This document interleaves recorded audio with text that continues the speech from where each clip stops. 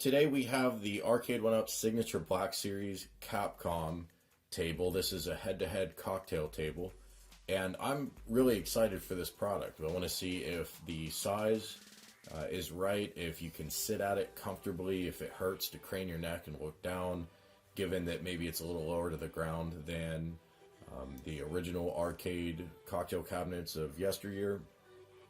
And I'm interested to see if the display works for this. This, I presume, and we're going to find out, but I think that this has the upgraded Gen 3 Arcade1up display, so if that's true, we know the colors are going to be on point. But what about the scale? This is the same 17-inch display used in the stand-up cabinets, which you can see in the background. I have an Asteroids.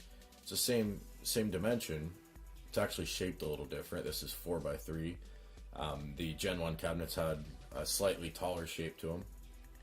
But even still, we're going to be playing two people head-to-head, so you really get a split-screen view.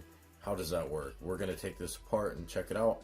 I'll give you my overview and first impressions, and then at a later date, after I've had some time to play it, I will get to you a detailed review, and we're going to go through everything. Now, this wouldn't be an Arcade1up product without something being wrong. And the box, I flipped this over from what you saw a minute ago. The outer box carton is damaged, and what's interesting to me is that the shipping carton wasn't damaged. So this happened where these were assembled and packaged, and either nobody caught it or nobody cared. No problem to me as long as the components aren't damaged. Let's open this up and find out. This comes with an instruction manual, of course, and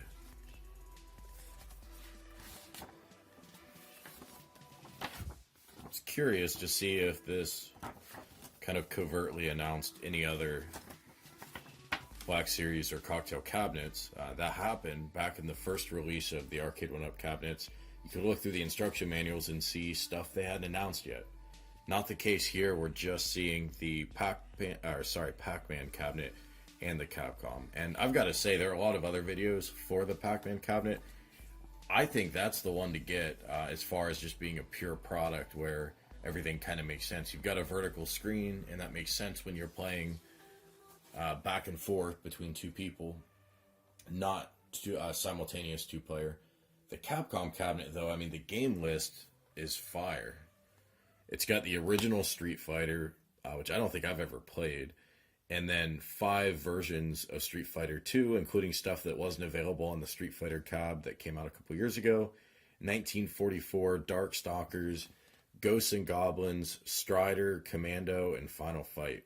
So it's really the Street Fighter and the Final Fight cabinet rolled into one, plus some extra stuff. Oh, and I left out Ghosts and Goblins too. So. Wow!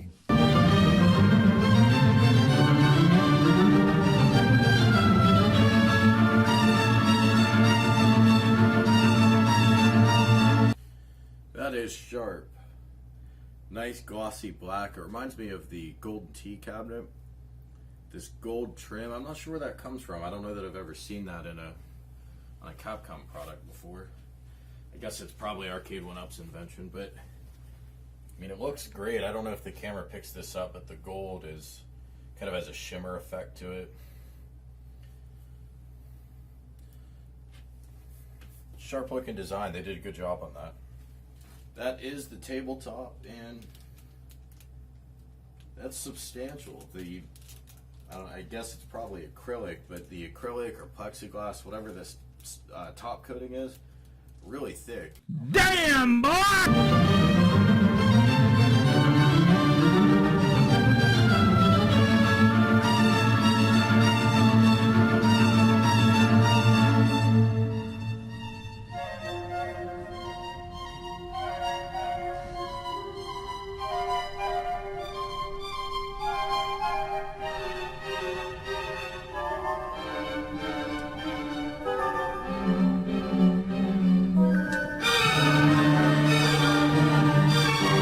And it's assembled.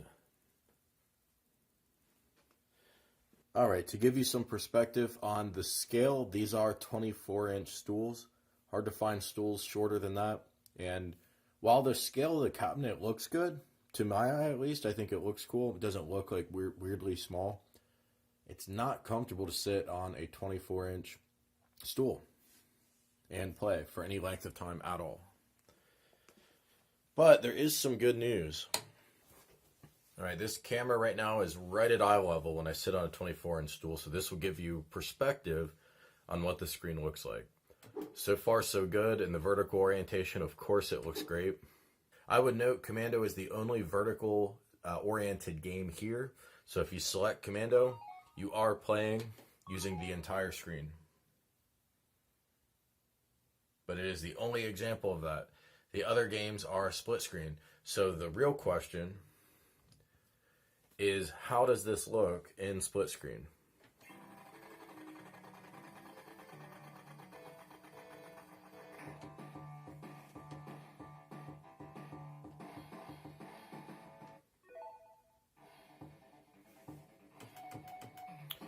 I'm not sure how this comes across on camera, but I have to tell you guys, the split screen scale, the size of it, it works better in person than I think you would think.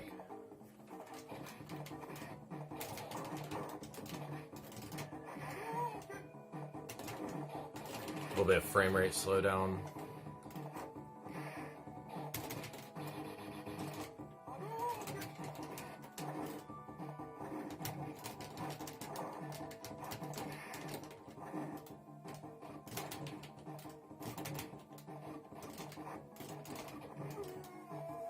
I never said I was good at this game.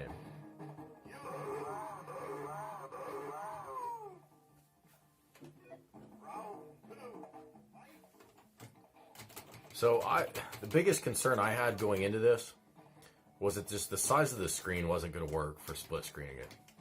I don't have that concern anymore. Like I said, I think it works a lot better in person than you'd think, or than just looking at photos would suggest. Hopefully this camera shot helps you get an idea of that.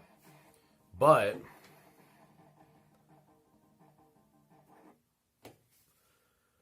seeing the other opposite mirrored view is a little bit distracting so far. Maybe I'll get used to it, but so far it's a little distracting.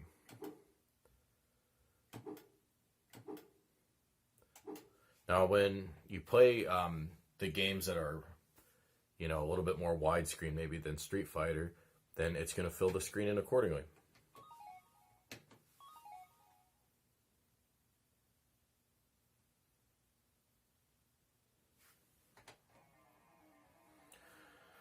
So you can see for player one, the only player right now, for the main view, the image goes all the way to the bezel. But if you go around to the other mirrored view, they shrunk it down a little bit so you can fill in with a larger image for player one. So I thought that was a nice touch. They didn't really have to do that. They could have just mirrored it and been done with it. I think the Genesis Mini has this game too, or the Genesis port of it.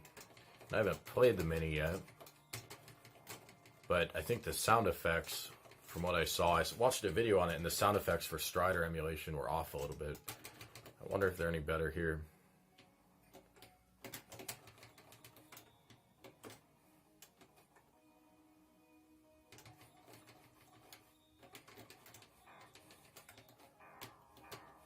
This game does not disappoint so far. This is pretty cool. It's kind of a neat, like, neo-Soviet imagery to it. It's slick. Of course, we have stereo sound finally, which is the real reason I bought this, was to have Street Fighter with stereo sound. The Street Fighter cabinet that they made originally, which I actually have over in the corner, and I'm probably going to get rid of it, that was just not a high-quality product. Let's take a look at measurements.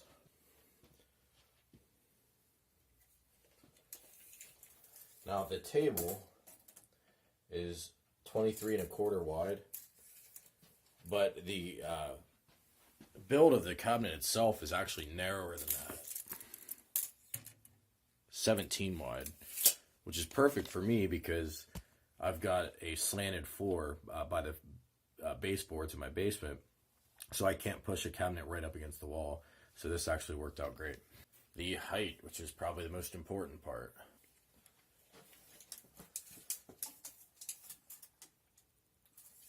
"25 inches tall, even."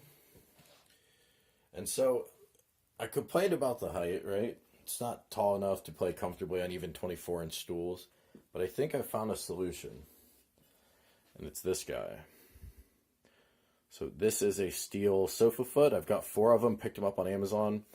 And for the review I do of this, is my next video, I'm going to install these and we'll see how they work. But with this extra 7 inches, this is risen to 32 inches tall, which is basically how high the old school cocktail cabinets were. So I'm pretty excited about that. I think it's going to be a good fit, and we'll see how it looks on the side. And I don't know if the camera can pick this up or not. I guess you can see the gloss to the side panel. But this thing looks really good for the black edition. And not exclusive to the black edition, but also available on just the normal cocktail cabinets they sell in Walmart.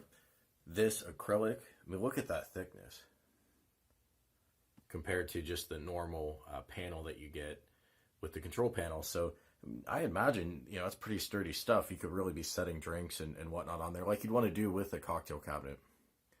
And I read on the subreddit for Arcade1up, somebody who's had one of these for over a month and set a ton of stuff on it, and they've not seen any scratches. Now, for my cabinet, I mentioned earlier when I unpacked it that, yeah, the box itself came damaged. I was worried the product was damaged. It was not. Nothing is dented or damaged from that. There is a scratch. I don't know that the camera will pick it up, but there is a scratch in the plexi, so I've contacted them to see about getting a replacement. The worst thing it came with, in the scheme of things, just not that big of a deal. There's a Y cable, a 3.5 millimeter auxiliary cable. There's a Y cable that comes with this cabinet to connect the stereo speakers for player 2 to the stereo speakers to player 1, synchronize the audio. It was missing that part. That's something you could pick up at Amazon or any electronics store for a few bucks. Not a big deal. But I'm waiting on them to send me a replacement, or I guess the original, since they left it out. And the whole thing looks good. It would have been nice if they painted the inside of the screw holes black, but that's always been an issue with these. Not a big deal. This is what the side of the bezel looks like. Got logos for each game, exclusive to the Black Series.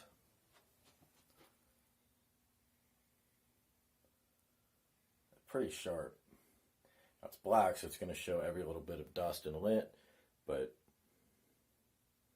well worth it in my opinion. These right now are $450 on Arcade1up's web store. And I don't think we're going to see, or I guess I should say I would be surprised if we see significant discounts beyond that. And why is that? Well, it seems like Arcade1up builds their own inventory that they hold themselves on demand. So people that ordered, for example, the Marvel Limited Edition had to wait to get their shipments. It seemed like they were shipping them out in batches, and not that they built a huge amount of inventory and then they're holding them themselves. Sounds like they're placing orders with their manufacturers kind of as needed. And if that's the case, then they're never going to have a glut of inventory like you might get with retail that has to buy in huge batches at a time and hold them in their stores and in their district warehouses and stuff like that. When Walmart gets too many units in stock and no one's buying them, they're going to drop the price. With these, I just don't think that's ever going to happen, but who knows? Maybe they'll drop the price a little lower. I just wouldn't count on it. I obviously made my pick and went ahead and bought these. Bought this, I should say. $45 shipping. So right now it comes to $4.95, and that's with the $50 discount, but there's no sales tax unless you're in, I think they do it in California, since that's where this company is based. Hey, thanks for watching. I know people had a lot of questions about the cocktail cabinet. I hope I hit everything, at least in the overview. I am going to do a more detailed review, so if you have questions I did not cover, let me know below, and I will make sure to cover it next time. Hit like if you enjoyed the video, and hit subscribe if you want to stay up to date, and remember to hit the notification bell, or you won't know about our new videos. We're a small channel, and we don't get the push from YouTube that larger channels get. So if you're interested in checking us out, make sure you subscribe to all notifications. We'll see you next time.